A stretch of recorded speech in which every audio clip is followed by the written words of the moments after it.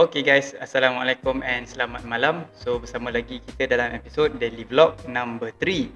So dalam vlog ni aku akan ajar korang cara untuk edit video 360 daripada GoPro Max. So ini GoPro Max macam aku pernah beritahu dalam video-video sebelum ni. GoPro Max ni dia merupakan kamera 360 yang merekod, maknanya dalam setiap masa tu, setiap saat dia record, dia boleh record 360 punya video. Jadi berguna untuk aku sebab aku guna atas kayak dan kadang-kadang benda atau event yang menarik berlaku di tepi atau di belakang kayak aku. So aku tak boleh nak pusing badan secepat mungkin untuk recordkan scene tu. So that's why aku perlukan video 360 ni lah. Jadi masa aku beli tu dalam 2,300. Sekarang ni aku tak sure, mungkin harga dah jatuh sikit. Tapi korang boleh carilah dekat kedai-kedai yang jual GoPro berdekatan dengan korang. Alright. So sedikit tips sebelum korang bermula untuk record video 360 ni. Yang pertama, korang kena pastikan ni kamera 360 korang.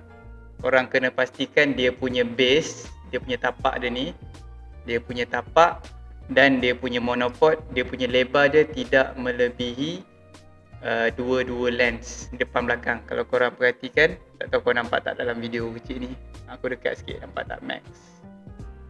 Dia punya tapak dia ni dengan monopod dia tidak melebihi dia punya lens dia. Sebab kenapa tak nak lebih lens dia? Sebab bila tapak dia ataupun monopod ni melebihi lens, masa korang buat video 360, dia tak akan jadi full invisible stick. Maknanya korang akan nampak lah korang punya base dalam video sikit. Dia tak akan nampak macam stick yang terapung lah, contohnya macam tu. Kalau korang tengok macam aku ambil video atas kayak aku, walaupun aku seorang-seorang, tapi dia nampak macam ada orang lain yang pegang kamera aku. Kamera tu macam dia floating. Itu disebabkan kamera 360 ni dia ada automatic, dia akan hide kan korang punya monopod. So itu kelebihan dia, antara kelebihan yang aku suka lah. Alright, so lepas korang dah dapatkan kamera 360, korang dah record video 360, sebelum korang edit, korang kena convert dulu. Jadi itulah software yang berkaitan. Seterusnya korang kena dapatkan GoPro Player di Mac ataupun di Windows lah, dua-duanya ada. Korang boleh download dekat website GoPro Support Hub. Aku akan letak link dalam description. So korang boleh download lah. Kalau macam ni untuk Mac, yang ni untuk Microsoft lah, untuk Windows. Lepas korang dah install GoPro Player, satu lagi korang kena install is extension untuk Premiere Pro. Sebab kalau macam aku memang edit pakai Premiere Pro, korang perlukan extension GoPro FX Reframe. So korang pun boleh download dekat sini. Tekan dekat link ni dan korang install GoPro FX Reframe. Itu dia punya extension untuk Premiere Pro lah.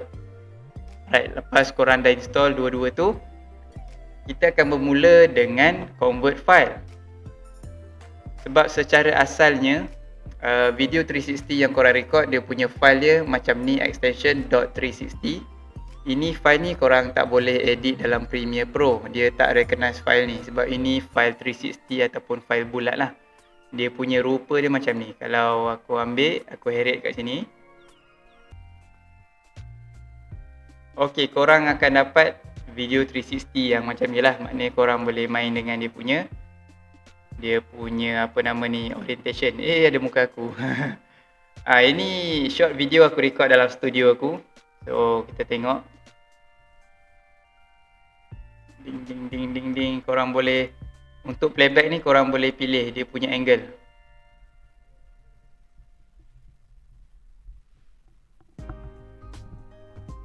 Ini studio kecil aku lah.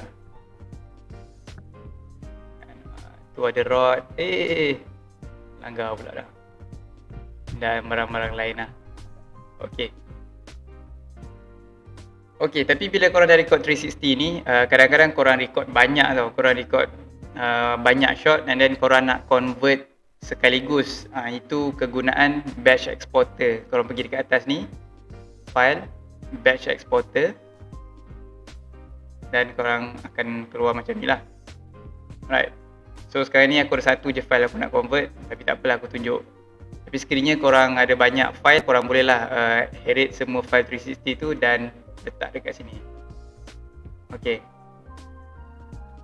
So first aku nak tukar dia punya destination dulu. Tukar masuk dalam folder yang aku sedang cari lah. Mana ni? Sini daily vlog. Okay, and then codec dia korang kena pilih H264 lah. H264 resolution 4K. Yang ni korang biarkan ni world lock dengan horizontal level ni korang biarkan dia punya setting asal. Kalau korang ambil Cineform, rasanya korang tak boleh edit dalam Premiere Pro sebab dia macam susah sikit lah. Bagi aku suka H264. Ini pun format sama dengan kita punya file-file GoPro yang lain lah. Dan lepas semua dah setting macam ni, resolution 4K, dan korang tekan start untuk convert, dan dia akan convert sekejap lah.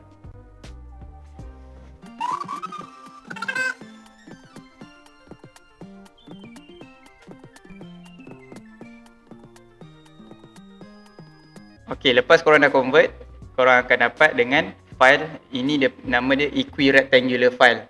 Equirectangular file ni yang korang boleh edit dalam Premiere Pro. Dia memang nampak pelik lah. Dia memang nampak pelik sebab dia combinekan 360 punya video ke dalam video yang petak. Dia macam distorted macam ni lah. Ni rupa dia equirectangular file. Ini aku bermain dalam studio lah. Alright. Dan kita tutup dulu sebab software dia agak berat sebenarnya. Dengan komputer aku taklah power sangat kan. Okay, lepas korang dah convert, korang dah dapat equirectangular file ni, barulah seterusnya korang boleh edit dalam Premiere Pro. Jadi kita buka Premiere Pro, kita buka new project. Macam sebelum ni korang tengok-tengok aku dah buat video tutorial sebelum ni. Letaklah file 360 edit, saya saja je lah ni, tak ada apa-apa. Okay, and then window, pergi kejap editing YouTube. Okay, dan seterusnya kita buat new sequence macam biasa. Ni step standard lah. Aku dah custom sequence aku, setting YouTube aku dah siap-siap. Alright. Okay, and then kita, salah file. Kita ambil yang file equirectangular file tadi dan kita letakkan direct dalam ni. Does not keep existing setting. Alright. So sekarang ni korang akan nampak file 360 yang dah di convert equirectangular file, tapi dia dalam Premiere Pro lah. Okay, tapi bila dalam Premiere Pro ni korang tak boleh lagi manipulate dia punya projection, nak menghala ke mana, itu korang tak boleh manipulate lagi. So itu kegunaannya GoPro FX Reframe yang extension aku beritahu tadi, itu yang first tadi. Macam ni aku dah install siap-siap. Nampak ni GoPro FX Reframe, dan korang tarik je efek ni dan letak ke atas clip 360 tu. Automatic dia akan dia macam zoom sikit sebab file asal video ni 4K, tapi bila korang masukkan GoPro FX Reframe ni, dia akan pergi ke projection GoPro HD 1920 1080 yang korang boleh tengok dekat ni kan. Dia boleh tukar lagi lah korang nak yang lain 4K ke apa, tapi aku biasa suka 1920 1080 lah macam video aku yang lain. Okay. Lepas korang dah masukkan GoPro FX Reframe, korang pergi dekat Effects Control ni. Yang lepas korang dah masukkan, korang pergi dekat atas ni Effects Control, dan korang scroll down ke bawah ni. Nampak ni ada FX, GoPro FX Reframe, korang tekan dekat dia punya effect ni. Dan dekat screen korang punya playback ni, dia akan keluar macam grid lah, macam grid untuk korang manipulate dia punya scene. So kalau macam dekat scene sekarang ni, left click dekat tengah ni, dia boleh tukar projection. Okay, korang akan nampak lagging sikit disebabkan aku buka multiple software sekarang ni. Aku buka recording software, aku buka playback ni lagi, tutup jap, dan pada masa yang sama aku buka Premiere Pro lah. So komputer aku tak cukup kuat nak menanggung kesemua penderitaan ini. Dia jadi lag sikit lah, korang nampak. Okay, so dekat petak tengah ni, dekat petak dalam ni, korang left click dekat mana-mana dan hold, dia akan manipulate dia punya angle mana yang korang nak. Dekat kotak atas ni, korang nampak dekat kotak atas ni yang ada line ni, dekat sini korang left click dan drag, dia akan zoom out dan juga zoom in. Nampak ni, aku tengah drag sambil left click, dia akan drag out dan juga dia akan zoom out dan juga zoom in. Okey, dekat tepi ni pula samalah kiri kanan ni. Kotak tepi ni kalau korang left click, korang boleh main dia punya tilt dia punya nak sengit macam mana. Nampak tak? Ni left click sambil hold. Dan dekat bawah ni pun dia sama dengan atas lah. Dia atas dengan bawah ni sama, kiri kanan ni pun sama. Dia boleh main dengan manipulation dia. Okay, yang korang nampak spherical punya video tu, yang itu zoom out secara ekstrim.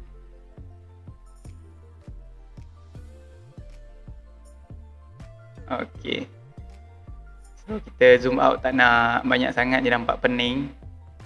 Tapi zoom out ni berguna lah kalau contoh korang nak wide area of coverage punya video, korang boleh zoom out lagi lah. Okay, so itu basic control untuk manipulate dia punya projection, 360 punya projection. Seterusnya kita akan main dengan keyframe. So keyframe ni penting juga. Keyframe ni one of the basic untuk Premiere Pro dan juga After Effects. So untuk Premiere Pro ni korang kena faham jugalah bab keyframe ni. Keyframe ni korang boleh tengok dekat efek atas ni. Okay, so mula-mula sebelum aku keyframe, aku nak betulkan aku punya view ni. Aku betulkan dekat sini. Dan kalau korang tengok aku main sekarang ni, dia akan fix dekat view yang aku dah select ni. Okay, tapi bila macam ni aku tak nak dia pandang atas, aku nak dia pandang bawah. So itu functionnya keyframe. Kita akan bermain dengan keyframe. Okay, so sekarang ni korang tengok cursor aku dekat sini.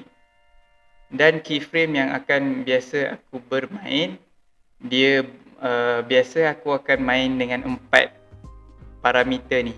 Pan camera, tilt camera, rotate dan juga zoom. So ini antara 4 parameter yang biasa aku main lah untuk edit 360. So pertama-tamanya korang kena buat set keyframe. Korang kena enable keyframe by tekan left click dekat butang watch stop ni. Watch stop ni korang tekan, dia akan jadi warna biru. Dan tekan untuk keempat-empat ni. Okay, so kita main clip. Aku nak zoom dekat aku punya dinding yang ada LED punya light tu. Okay, so dekat sini korang-korang perasan dia dah terkeluar daripada frame. So aku nak dia pandang ke bawah. Sama juga macam tadi, tekan dekat GoPro FX Frame ni dan korang gerakkan sini ke mana yang korang nak.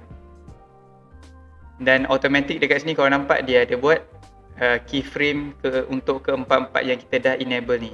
Dia keyframe ni dia akan buat setiap kali kita buat perubahan. Kalau kita tak buat perubahan apa-apa, dia takkan create keyframe baru. Tapi setiap kali kita adjust perubahan ataupun kita tambah changes, dia akan jadi keyframe yang baru. So main balik.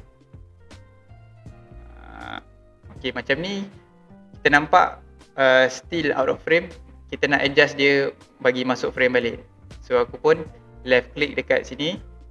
Keyframe aku semua dah enable sekarang ni. Aku just tarik je. Automatic lepas aku tarik, keyframe yang baru dia akan buat kat sini. So bila kita main dari awal, korang akan nampak shot yang aku nak, contohnya shot kawasan workspace aku ni, dia always in frame.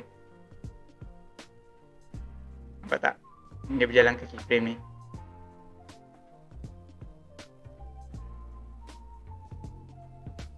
Alright, stop. Sekarang ni aku nak kamera tu menghala ke belakang pula.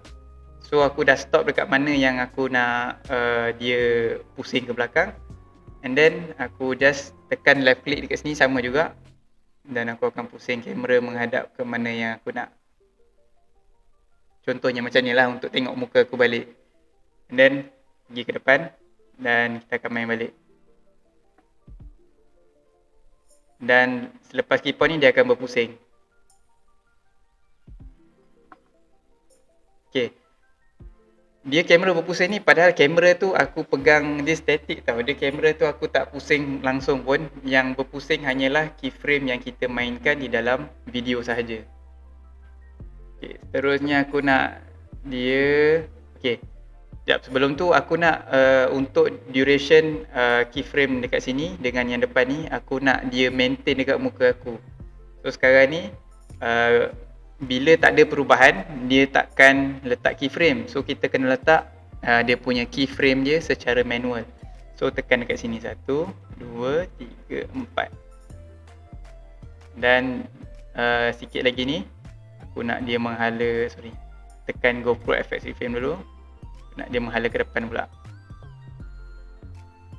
Dan dia rotate. Contohnya lah, contoh ni aku buat contoh je ni, dan rotate.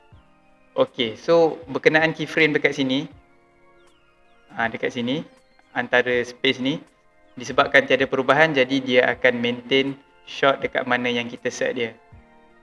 So kalau daripada awal dia akan jump ke keyframe ni dengan perubahan. Ni ada perubahan, sini pun ada perubahan, dan antara dekat sini dia tak ada perubahan, dia maintain dekat dekat shot yang mana kita nak.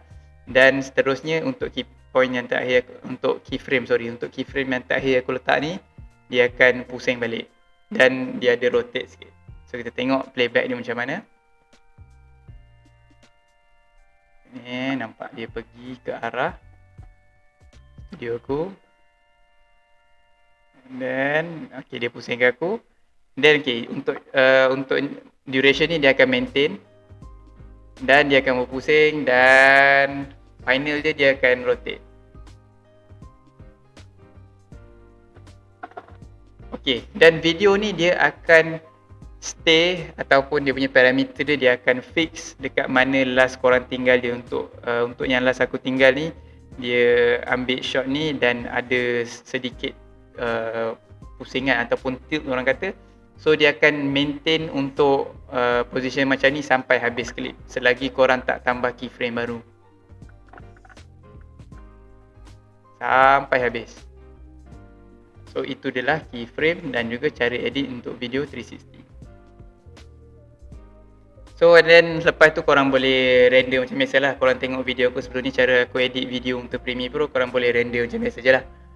So pasal itu saja tutorial hari ni. Harap korang faham apa yang aku cuba sampaikan. Kalau korang tak faham, korang boleh repeat balik, korang boleh playback dekat part mana yang korang tak faham. Dan aku doakan korang yang mana baru nak bermula pakai 360, mula-mula ni aku cakap memang korang akan rasa susah sikit lah. Korang rasa leceh ataupun rasa step dia agak susah dan pelik. Tapi sekiranya korang dah biasa guna dan korang dah pandai dengan dia punya keyframe apa semua ni, korang akan dapati video korang akan jadi lebih mantap. Sebab korang dapat cover lebih banyak view, ikan melompat dekat tepi, ada member kayak terbalik kat sebelah kan. Semua tu akan direkod secara automatik kalau korang on korang punya kamera 360. Alright. Jadi seperti biasa, jangan lupa untuk like, share dan subscribe sekiranya korang suka tengok video-video macam ni. Dan kita akan jumpa lagi video hadapan. Bye-bye.